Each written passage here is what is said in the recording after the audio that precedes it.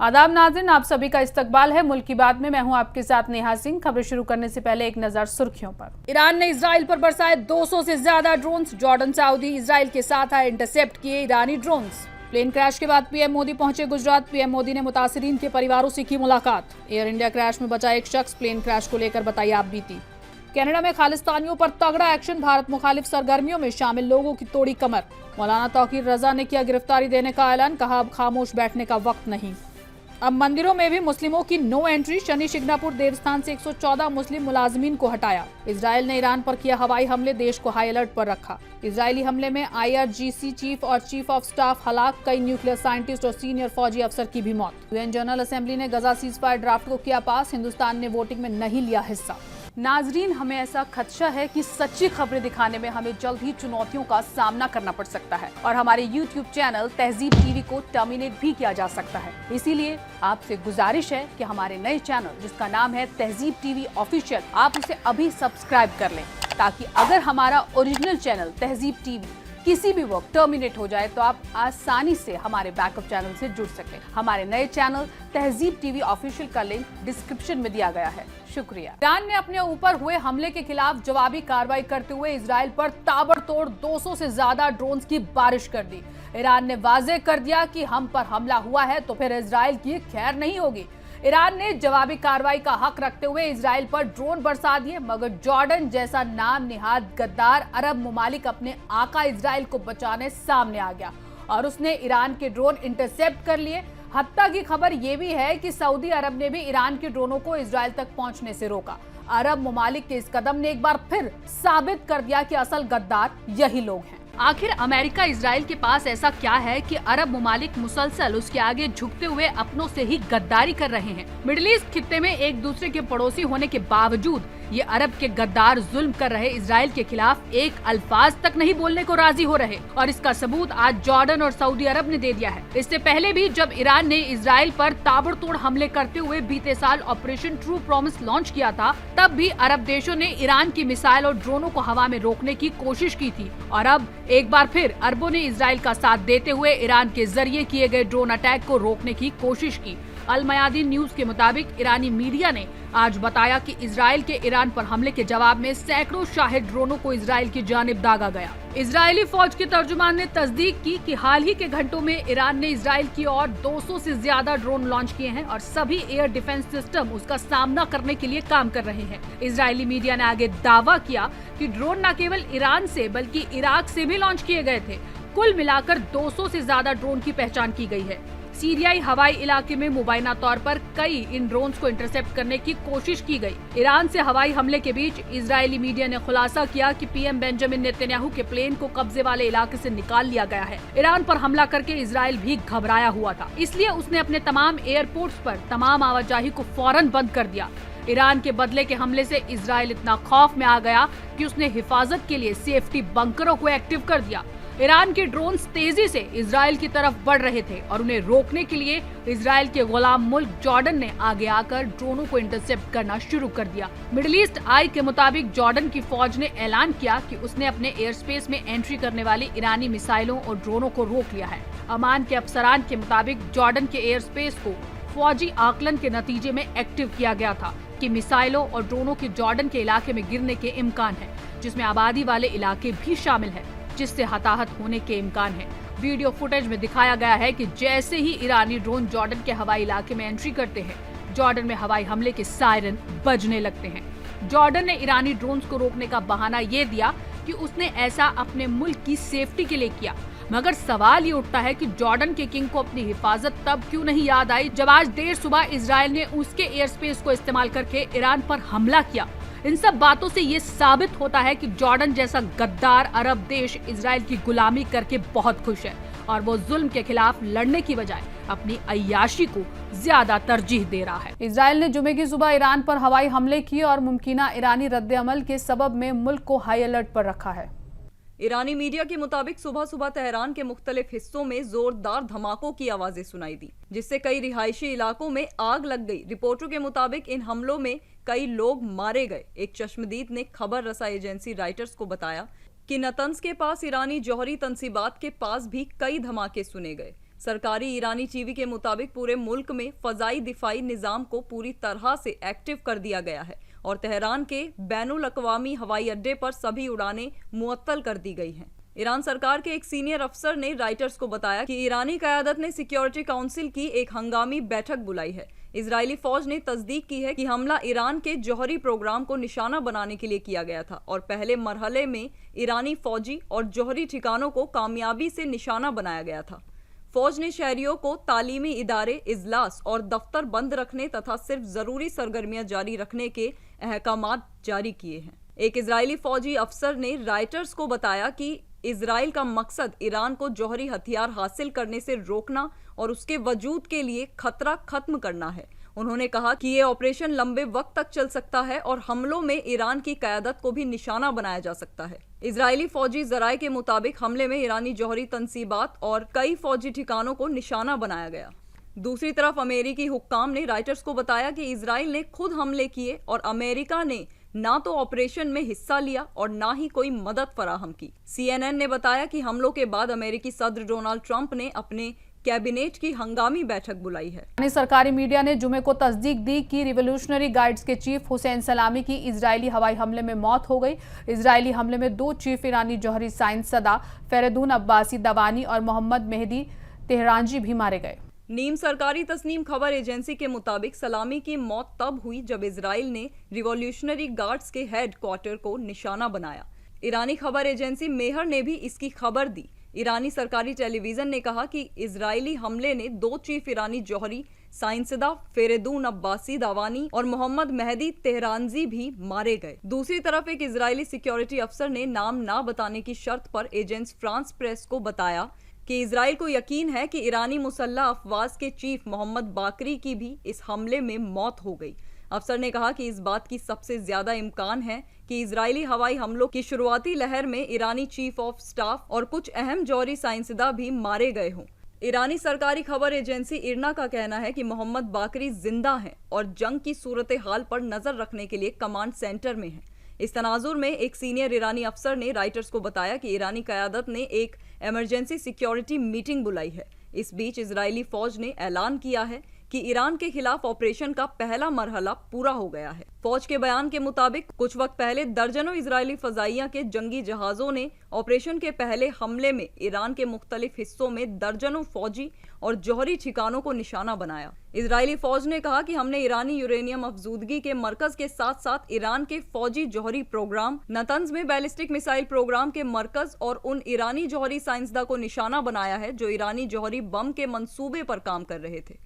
आज की ताज़ा सुबह ईरान के न्यूक्लियर ठिकानों पर इजराइल ने भयंकर एयर स्ट्राइक करके दी। इस हमले में ईरान को जान माल का तगड़ा नुकसान हुआ है। ईरान की अमेरिका इजराइल के साथ कशीदगी काफी वक्त से चल रही है और ये भी तय था कि आपस में एक दूसरे पर हमले होंगे। ईरान पर इजराइल के हमले की तस्दीक अमेरिका ने बीते रोज ही कर दी थी, जिससे ये पता चलता है कि अमेरिका की तरफ से इजराइल को पूरी छूट थी हमले के लिए।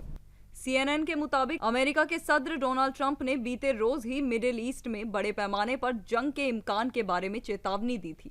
इजराइल के जरिए ईरान पर हमले को लेकर ट्रंप ने वाजे किया था कि ये जल्द हो सकता है। अमेरिकी अफसरान इस बात को लेकर कह चुके थे कि इजराइल के जरिए ईरान पर हमला करने का खतरा बढ़ गया है, क्योंकि तेहरान ने जुमेरात को कहा था कि वो अपनी न्यूक्लियर एक्टिविटीज को बढ़ा देगा, क्योंकि इंटरनेशनल एटॉमिक एनर्जी एजेंसी ने एक ड्राफ्ट पास किया था जिसमें कहा गया कि देश अपने न्यूक्लियर नॉन प्रोलिफरेशन अज़्म के मुताबिक काम नहीं कर रहा है। जुमेरात को मुमकिन हमले के बारे में पूछे जाने पर ट्रंप ने कहा कि ऐसा बहुत अच्छी तरह हो सकता है। ट्रंप ने व्हाइट हाउस में सहाफियों से कहा कि मैं ये नहीं कहना चाहता कि ये इमिनेंट है, लेकिन ये बहुत मुमकिन है।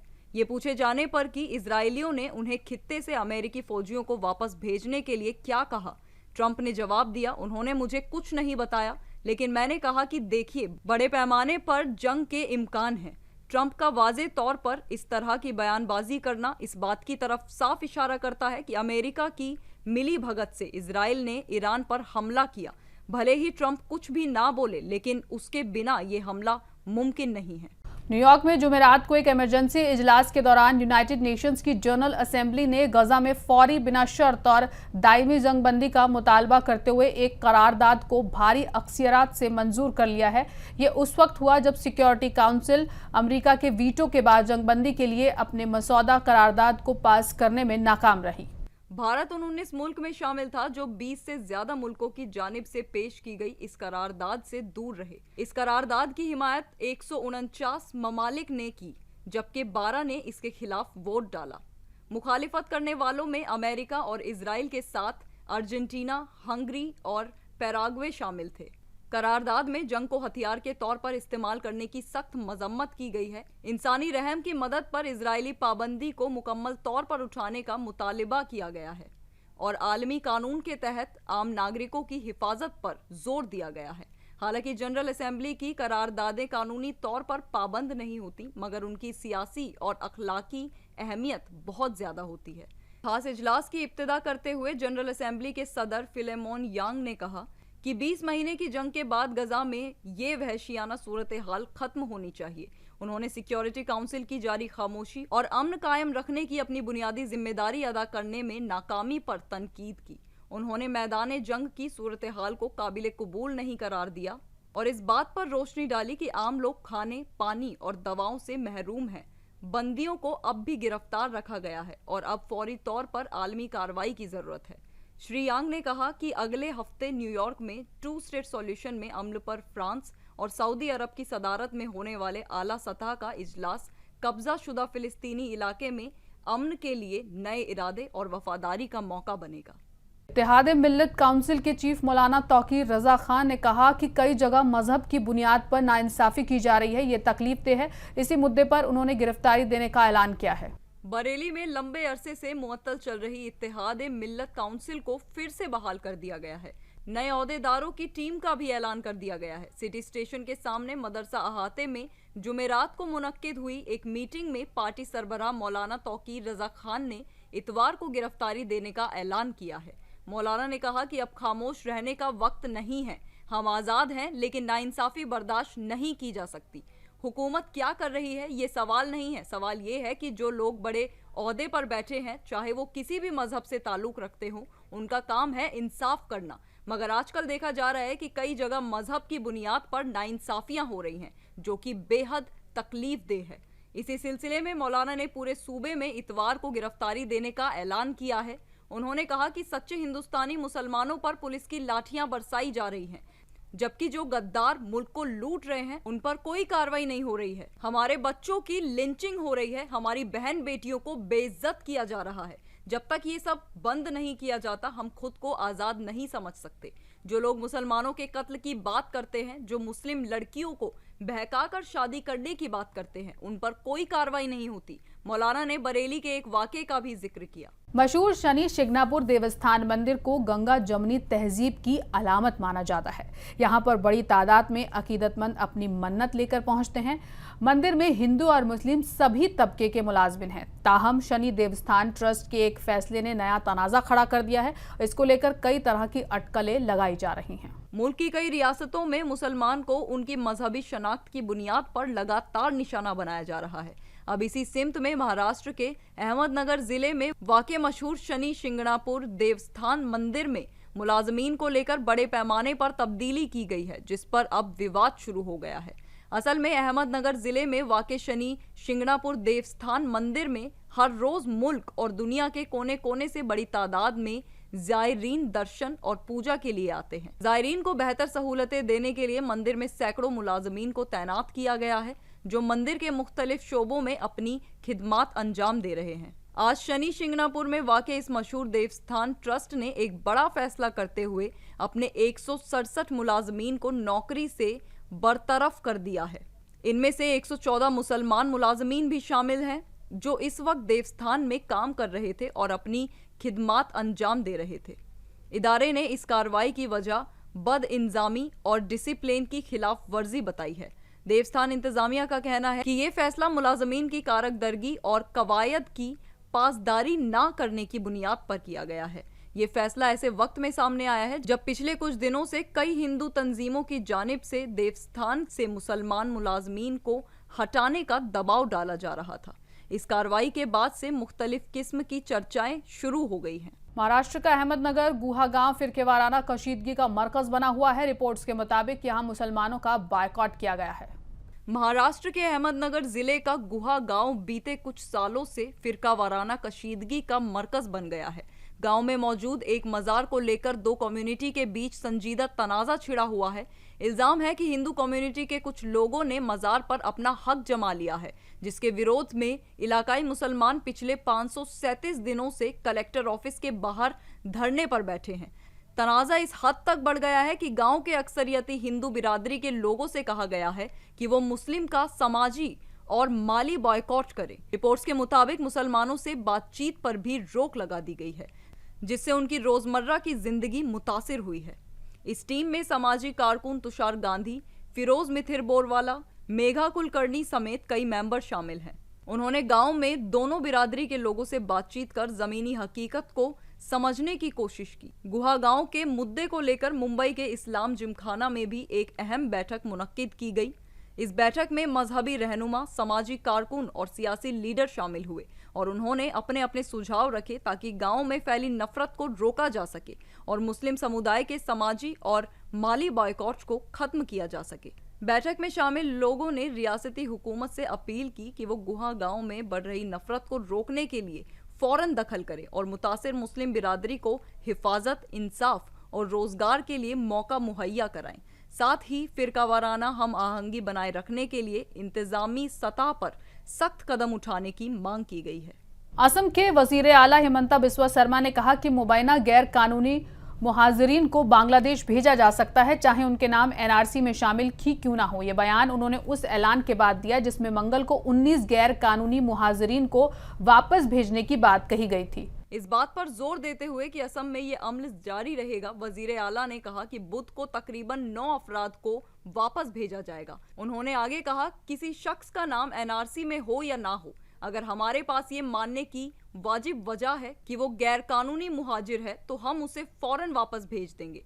उन्होंने कहा, कई नामों को चालाकी और धोखेबाजी से एनआरसी में शामिल किया गया है। शर्मा ने इल्जाम लगाया कि अलग अलग जिलों से लोग दूसरे जिलों के लोगों को ला रहे हैं और झूठा दावा कर रहे हैं कि ये बाप बेटे की मुलाकात है।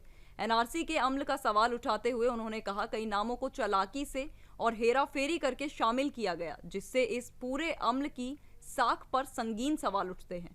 उन्होंने कहा, बेशक दोनों तरफ से गलतियां हुई, लेकिन जो लोग इस सिस्टम के साथ छेड़छाड़ कर रहे थे वो बहुत चालाक निकले और हमारे लोगों को धोखा दे दिया। उन्होंने और भी संगीन दावा किया कि बहुत से नौजवानों को अमेरिका और ब्रिटेन से लाया गया ताकि वो एनआरसी में हेराफेरी करने के तरीके सीख सकें। उन्होंने कहा कि हुकूमत इस साजिश से बिल्कुल बेखबर थी और किसी ने सोचा भी नहीं था कि ये मामला इतना संगीन हो जाएगा। उन्होंने आगे कहा, जाती तौर पर मैं इस बात से इत्तेफाक नहीं रखता कि सिर्फ एनआरसी में नाम होने से ये साबित हो जाता है कि कोई शख्स गैर कानूनी मुहाजिर नहीं है। इस बयान पर रद्द अमल देते हुए सामाजिक कारकुन हर्ष मंदर ने कहा कि असम के वजीर आला ने असेंबली में कहा कि वो मुझे जेल में डाल देंगे क्योंकि मैं उन लोगों के लिए इंसाफ की लड़ाई लड़ रहा हूं जिनकी शहरियत पर सवाल है। उन्होंने कहा कि उन्हें हिरासत केंद्रों में गैर इंसानी हालात में बगैर किसी मुद्दत के बंद अफराद की रिहाई की अपनी कोशिशों पर फक्र है। हर्ष मंदर ने कहा, अगर ये जुर्म है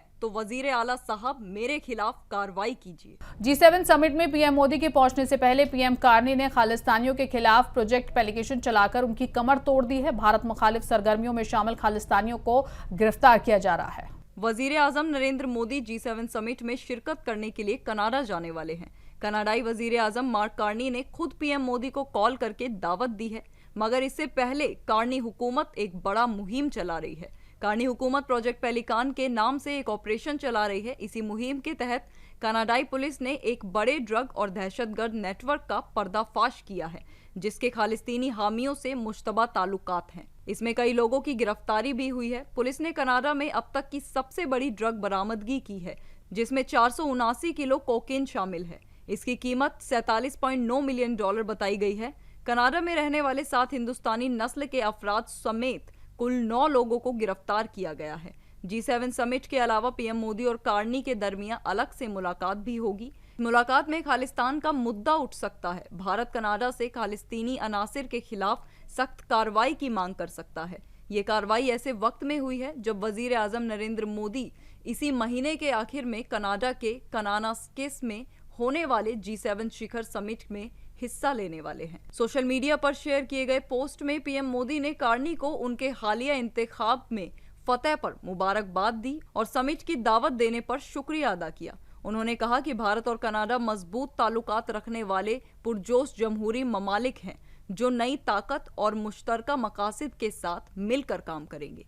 पीएम मोदी ने कहा कि वो समिट में कार्नी से मुलाकात के मुंतजिर हैं।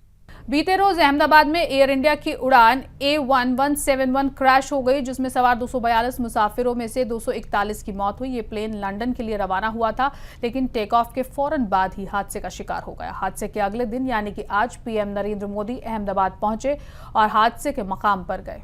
सुबह अहमदाबाद पहुंचने के बाद पीएम सीधे हादसे के मकाम पर पहुंचे, जहां उन्होंने राहत और बचाव कामों में लगे अफसरान से मालूमात ली।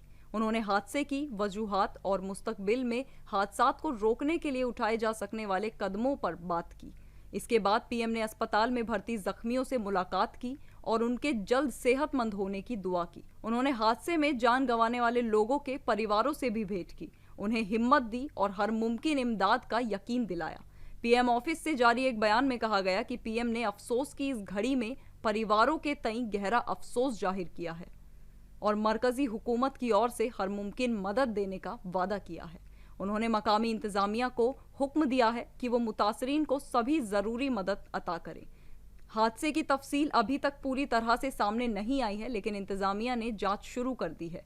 पीएम के दौरे से मुतासरीन और मकामी बिरादरी को हिम्मत मिली है। ज़ाती तौर पर बचे शख्स ने बताया कि A171 उड़ान भरने से कुछ देर बाद ही क्रैश हो गया। जहाज में कुल 242 लोग सवार थे, इनमें 12 क्रू मेंबर और 230 मुसाफिर शामिल हैं। इस जहाज में क्रैश होने में एक मुसाफिर के बचने की खबर सामने आई है। मुसाफिर का नाम रमेश विश्वास कुमार है। कल अहमदाबाद में क्रैश हुए जहाज में एक शख्स मौजजाती तौर पर बच गया। उसका और दूसरे जख्मियों का अस्पताल में इलाज चल रहा है। उन्होंने अपनी हालत बताते हुए कहा, ये मौजजा ही है कि मैं बच गया। जब मैंने आंखें खोली तो चारों तरफ लाशें पड़ी थी। मैं डर गया, मैं खड़ा हुआ और बस भागने लगा। ये अल्फाज है 40 साला विश्वास कुमार रमेश के। विश्वास जुमेरात को अहमदाबाद में हुए जबरदस्त एयर इंडिया जहाज हादसे में मौजजाती तौर पर बच गए। लंदन जाने वाली फ्लाइट में सवार 242 मुसाफिर में से वो अकेले ऐसे मुसाफिर हैं जो अस्पताल में जिंदा पाए गए हैं। विश्वास ने बताया, उड़ान भरने के करीब 30 सेकंड बाद जोरदार धमाका हुआ और फिर जहाज जमीन पर आ गिरा। सब कुछ इतनी तेजी से हुआ कि मुझे कुछ समझ ही नहीं आया। उनके सीने, आंख और पैर में संगीन चोटें आई हैं, लेकिन वो होश में हैं और बात कर रहे हैं। अहमदाबाद के असरवा के वाक़े सिविल अस्पताल के जनरल वार्ड में जब पत्रकारों ने उनसे बात की तो वो कांपते हुए अल्फाजों में हादसे का मंजर बयां कर रहे थे। ये जहाज लंदन जा रहा था और जुमेरात दोपहर 1:38 पर उड़ान भरने के कुछ ही मिनट बाद अहमदाबाद में क्रैश हो गया। जहाज में सवार 230 मुसाफिरों में से 169 भारतीय, 53 ब्रिटिश और 7 पुर्तगाली और 1 कनाडाई मुसाफिर था। इसके अलावा 2 पायलटों समेत 12 क्रू मेंबर्स भी शामिल थे। हादसे के बाद जब विश्वास कुमार रमेश को होश आया तो जहाज के टुकड़े और बिखरी लाशें इधर उधर पड़ी थी। किसी ने उन्हें उठाकर एम्बुलेंस में डाला और अस्पताल ले गया। उनका बोर्डिंग पास अभी भी उनके पास है। वो इस हादसे के इकलौते गवाह हैं। रमेश विश्वास ने कहा कि हादसे के बाद बहुत बड़ा धमाका हुआ, हर तरफ आग की लपटें थी। मुझे एम्बुलेंस से अस्पताल ले जाया गया। मुझे यकीन नहीं हो रहा था कि मैं जिंदा हूँ। ये किसी मौजज़े से कम नहीं था। गुजरात भाजपा सदर CR पाटिल ने तस्दीक की है कि साबिक CM विजय रूपाणी की भी इस जहाज हादसे में मौत हो गई है। जहाज हादसे में हॉस्टल के मुसाफिर और रेजिडेंट डॉक्टर भी जख्मी हुए हैं। नाज़रीन, मुल्क की बात में आज के लिए बस इतना ही। मुझे दीजिए इजाजत। आदाब।